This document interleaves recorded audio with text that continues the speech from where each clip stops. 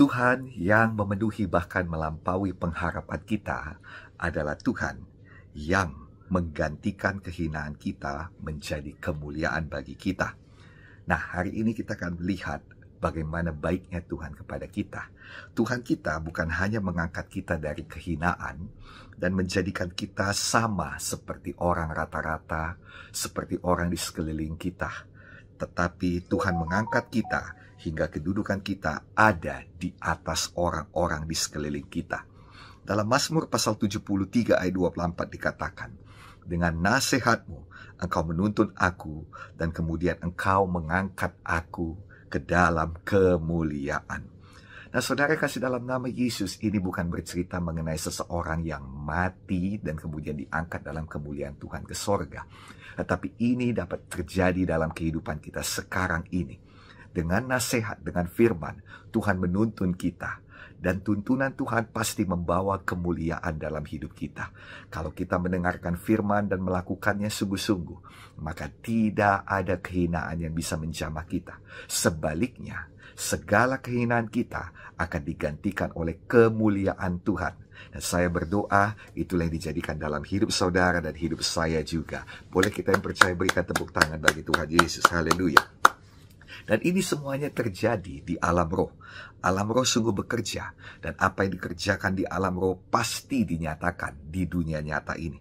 Kita melihat bagaimana setan dapat bekerja. Dan kita tahu itu semua daripada hasil yang dibawakannya di dalam kehidupan kita. Kita melihat dari Alkitab bagaimana setan bekerja dalam kehidupan Ayub. Maka apa yang terjadi? Ayub menjadi miskin, dan ini membuktikan bahwa kemiskinan bukan daripada Tuhan. Alkitab berkata segala pemberian yang baik dan juga anugerah yang sempurna datang dari Tuhan. Tuhan kita selalu membawakan yang terbaik. Kemiskinan tidak datang dari Tuhan, kemiskinan datang dari pekerjaan setan. Bukan hanya itu, Ayub kehilangan semuanya. Dia kehilangan keluarganya, dia kehilangan kekayaannya, dia kehilangan masa depannya. Hidupnya jadi berantakan. Nah, saudara, bukan hanya itu, hidupnya juga sakit. Ayub mengalami kesakitan bukan hanya di tubuhnya, tetapi juga pada kejiwaan dan mentalnya. Nah, saudara kasih, dalam nama Yesus, singkatnya kita melihat dalam kehidupan orang yang menerima pekerjaan setan, maka hidupnya pasti dihinakan. Ayub sangat dihinakan. Lihat bagaimana istrinya meninggalkan dia dan menghina dia. Lihat bagaimana sahabat-sahabatnya yang tadinya datang untuk menghibur, tetapi berakhir dengan menekan dia dan juga menghina dia, menuduh dia dan berusaha merendahkan dia supaya dia mau meminta ampun kepada Tuhan. Sebenarnya bukan karena Ayub tidak mau meminta ampun, hanya saja dia tidak tahu di mana letak kesalahannya dan duduk permasalahannya. Saudara yang kekasih, dalam nama Tuhan Yesus Kristus, Ayub berusaha membela diri, tetapi ia tetap dihinakan. Bukankah itu kedengarannya seperti dunia saat ini juga, di mana kita berusaha untuk membela diri kita, tetapi ada banyak orang yang tidak berhasil mengangkat harkatnya, malah semakin dia membela dirinya, semakin dia terjerumus ke dalam kehinaan, semakin dia ditekan, dan semakin dia dijauhi daripada orang-orang. Saudara kasih, dalam nama Yesus, ini adalah pekerjaan setan. Dan saya berdoa supaya semua pekerjaan setan di dalam hidup kita, semua itu dirusakkan oleh kuasa Tuhan di dalam nama Tuhan Yesus Kristus. Dan Alkitab tidak berhenti sampai di situ saja. Kita melihat ada banyak orang yang menerima atau yang terkena pekerjaan setan. Dan inilah pekerjaan setan. Yesus sendiri berkata dalam Injil Yohanes pasal yang ke-10 ayat 10 bahwa setan itu adalah pencuri, pembunuh, dan pembinasa. Saya bacakan. Pencuri datang hanya untuk mencuri, membunuh, dan membinasakan. Tetapi aku datang, kata Tuhan Yesus, supaya mereka mempunyai hidup dan mempunyainya dalam segala kelimpahan. Di sini dikatakan bahwa Tuhan Yesus memberitahu bahwa jika ada kecurian, pembunuhan, dan pembinasa, maka itu bukan datang daripadanya. itu datang dari setan. Adalah setan yang membinasakan masa depan. Adalah setan yang mencuri sukacita, mencuri damai, mencuri kesehatan. Adalah setan yang membunuh kita, membunuh harapan kita, membunuh iman kita, bahkan membunuh tubuh kita. Itu sebabnya kita harus usirkan setan di dalam nama Yesus. Dan sebaliknya juga, pada ayat yang sama, Tuhan Yesus memperkenalkan apa yang dikerjakannya di dalam kehidupan kita. Terpujilah Tuhan. Lihat bagaimana Tuhan berkata dia datang untuk membawa hidup, dan bukan hidup seperti yang lampau, satu kehidupan yang berbeda. Dan sebentar saya akan terangkan ini kepada kita semuanya. Tuhan membawa satu kehidupan dengan tanda tangannya. Apakah ciri khas kehidupan yang dibawa Tuhan? Supaya kita semua boleh mempunyai kelimpahan dalam segala hal. Sekali lagi saya katakan, saya bacakan. Tuhan Yesus berkata, aku datang supaya mereka mempunyai hidup dan mempunyainya dalam segala kelimpahan. Tuhan Yesus berkata, aku datang supaya mereka, saya dan saudara, mempunyai. Kata mempunyai artinya engkau memilikinya. Bukan orang lain, bukan di angan-angan. Itu ada di tanganmu. Dan mempunyai hidup yang berkelimpahan. Saudara, artinya ada yang menyerahkannya menjadi milikmu. Ada yang menyerahkannya menjadi milik saya. Saya bukan hanya berangan-angan, seandainya aku bisa hidup seperti ini, seandainya aku bisa hidup seperti dia. Bukan demikian, tetapi Tuhan mau memberikannya kepada saudara. Dan kalau Tuhan sudah memberikannya, saya berdoa engkau menerimanya dalam nama Yesus. Dalam nama Yesus, terima kehidupan yang diberikan Tuhan. Dalam nama Yesus, terima kelimpahan yang diberikan Tuhan. Bukan hanya dalam satu bidang, tetapi dalam segala perkara, dalam segala bidang. Dijadikanlah untuk kemuliaan bagi nama Tuhan. Boleh berikan tepuk tangan yang meriah bagi Tuhan Yesus. Haleluya. Nah, saudara kasih dalam nama Yesus, lihatlah apa yang terjadi kepada orang-orang yang kita baca tadi, yang dikatakan kerasukan setan, yang dikatakan sangat menderita, kepada orang yang dirasuk begitu banyak setan, begitu banyak setan yang membuatnya melukai dirinya sendiri, menyiksa dirinya sendiri. Apa yang terjadi? Dikatakan bahwa dia dibebaskan dan menjadi pemberita Injil di Dekapolis. Markus 5:20 berkata, dan orang itu pun pergilah dan mulai memberitakan di daerah Dekapolis segala apa yang telah diperbuat Yesus atas dirinya. Dan mereka semua menjadi heran. Nah, saudara, Yesus juga menyembuhkan anak yang dibawa oleh bapaknya itu, sehingga sungguh-sungguh menjadi waras dan boleh memulai kehidupan yang baru. Tidak lagi dalam kemuliaan, tetapi memiliki kesaksian. Semua orang yang hidupnya dijamah oleh Tuhan pasti akan memulai hidup yang baru dan memiliki kesaksian. Perwira Romawi ini lebih luar biasa sekali. Saudara kasih dalam nama Yesus, dia juga mengalami kesembuhan. Kalau kita lihat Ayub, saudara, dia juga mengalami kesembuhan dari Tuhan, baik mentalnya, baik tubuhnya, dan bukan hanya itu, dia mengalami pemulihan yang luar biasa. Bukan kembali seperti dulu lagi, tapi 2 kali lebih baik, 2 kali lebih kaya, 2 kali ganda daripada hidup sebelumnya. Ayub 42 ayat 10 dikatakan, lalu Tuhan memulihkan keadaan Ayub setelah ia meminta doa untuk sahabat-sahabatnya, dan Tuhan memberikan kepada Ayub 2 kali lipat daripada segala kepunyaannya dahulu.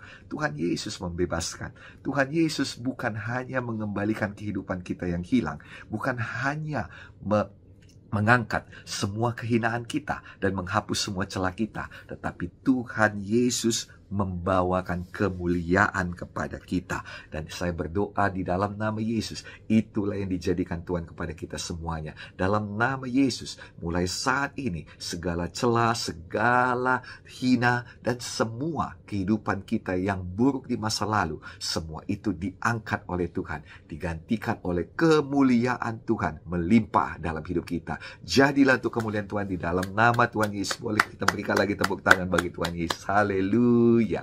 Lihatlah bagaimana Tuhan memenuhi semua pengharapan mereka, dan bukan hanya pengharapan mereka yang diberikan kehidupan normal diberikan Tuhan, tetapi mereka diangkat dalam kemuliaan, satu kehidupan yang lebih daripada sebelumnya. Dan ini akan jadi dalam hidup kita.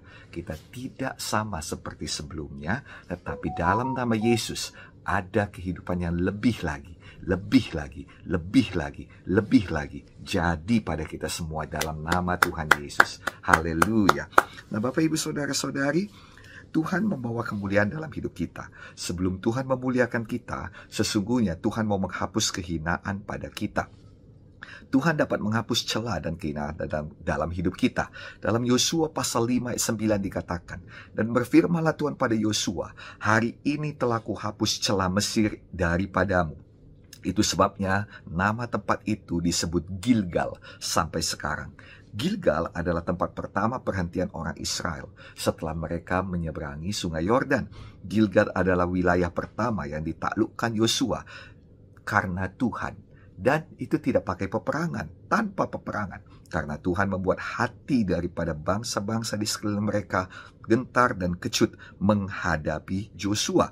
Dalam Yosua 5 ayat 1 dikatakan, ketika semua raja orang Amori di sebelah barat sungai Yordan dan semua raja orang Kanaan di tepi laut mendengar bahwa Tuhan telah mengeringkan air sungai Yordan di depan orang Israel sampai mereka dapat menyeberang, tawarlah hati mereka dan hilanglah semangat mereka menghadapi orang Israel itu. Nah, Bapak Ibu Saudara-saudari, dikatakan saudara bahwa Yosua yang tadinya anak bawang, bukan siapa-siapa, hanya seorang pembantu saja, sekarang diangkat Tuhan menjadi seorang yang terkenal di Israel, tapi bukan hanya di Israel, tapi sampai kepada bangsa-bangsa yang lain juga. Benarlah apa yang dijanjikan Tuhan kepada Yosua. Dalam Yosua 3 ayat 7 Tuhan menjanjikan, begini firman Tuhan, dan Tuhan berfirman kepada Yosua, pada hari inilah aku mulai membesarkan namamu di mata seluruh orang Israel, supaya mereka tahu bahwa seperti dahulu aku menyertai Musa, demikianlah aku akan menyertai engkau. Dan ini dijadikan, kalau Tuhan berkata, aku mau membesarkan namamu, aku mau membesarkan tokomu, aku mau membesarkan usahamu, aku mau membesarkan engkau, itu pasti terjadi di dalam nama Tuhan Yesus Kristus. Kalau Tuhan berkata, aku mau membesarkan pelayananmu, aku mau membesarkan Gereja Kemenangan Iman Indonesia, itu pasti terjadi di dalam nama Yesus. Dan itu tidak lama, karena pada pasal selanjutnya, kalau tadi kita baca Yosua pasal 4, pada pasal 5 dikatakan, mohon maaf, kalau tadi kita membaca dalam Yosua pasal 3, pada Yosua pasal 4 dikatakan, pada waktu itulah Tuhan membesarkan nama Yosua di mata seluruh orang Israel, sehingga mereka takut kepadanya seperti mereka takut kepada Musa seumur hidupnya. Jadi Tuhan bisa membesarkan kita. Tuhan bisa membawakan kemuliaan kepada kita. Tuhan bisa membesarkan usaha kita, membawakan kemuliaan pada usaha kita. Tuhan bisa membesarkan pelayanan kita dan membawa kemuliaan pada pelayanan kita. Saya mau mengingatkan kepada kita semuanya, sebelum itu dilakukan oleh Tuhan, saya ingatkan kembali, karena Tuhan pasti melakukannya. Saya ingatkan kembali, tetap kita rendah hati, tetap kita rendah hati, tetap kita rendah hati, tetap kita bersandar pada Tuhan, tetap kita memuliakan Tuhan, tetap kita berserah kepada Tuhan, tetap kita mengandalkan Tuhan. Jangan sampai kita berubah setia, jangan sampai kita berubah hati kepada hal yang buruk, tetapi biarlah kita semakin mengasihi Tuhan, semakin memuliakan Tuhan, semakin berkenan kepada Tuhan. Nah, pengangkatan itu akan datang, kemuliaan itu akan datang, kebesaran dari Tuhan itu akan datang. Yesaya sudah menubuatkannya, dan itu tidak akan gagal. Jadi padamu, jadi padamu, jadi pada saya juga, jadi pada kita semuanya di dalam nama Tuhan Yesus Kristus. Bagaimanakah cara Tuhan untuk membawakan kepada kita kemuliaan-Nya? Bagaimanakah cara Tuhan melepaskan kita daripada segala kehinaan dan juga segala celah dalam hidup kita? Mazmur 73:24, dengan nasihat-Mu engkau menuntun aku, dan kemudian engkau mengangkat aku ke dalam kemuliaan. Sebelum Tuhan angkat kita pada kemuliaan, Tuhan mau memberikan firman-Nya kepada kita. Firman Tuhan memegang peranan yang sangat penting di dalam memuliakan hidup seseorang. Semakin kita merespon kepada firman, semakin kita menyukai firman. Seperti Daud dikatakannya bahwa dia menyukai firman Tuhan. Nah saudara, semakin kita dimuliakan oleh Tuhan. Firman Tuhan memegang peranan yang sangat penting dalam memuliakan kehidupan seseorang. Nah saudara, lihat bagaimana Tuhan mengubahkan kehidupan orang-orang yang kita lihat dirasuk oleh setan, yang menderita karena setan. Tuhan berfirman kepada Ayub sebelum Tuhan memulihkan Ayub. Ayub 38 ayat 1-3. Maka dari dalam badai Tuhan menjawab Ayub, siapakah dia yang menggelapkan keputusan dengan perkataan-perkataan yang tidak berpengetahuan? Bersiaplah engkau sebagai laki-laki. Aku akan menanyai engkau supaya engkau memberitahukan aku. Sampai saat ini, di dalam persoalan kita, dalam badai kehidupan kita, di dalam badai permasalahan kita, badai kebingungan kita, sampai saat ini, di dalam kehinaan kita, Tuhan mau berfirman. Mengapa Tuhan berfirman? Karena firman Tuhan memberikan pengertian yang dapat membebaskan kita. Firman Tuhan memberikan kepada kita sumber iman yang dapat membawakan mukjizat dalam hidup kita. Saya berdoa, responlah kepada firman Tuhan. Dengarkan firman Tuhan. Jangan hanya mau didengar saja, tapi mendengarlah kepada Tuhan. Dan juga lakukan apa kata Tuhan. Respon kepada firman Tuhan. Maka Tuhan akan menghapus semua celah-celah hidup kita dan memberikan kemuliaan pada kita.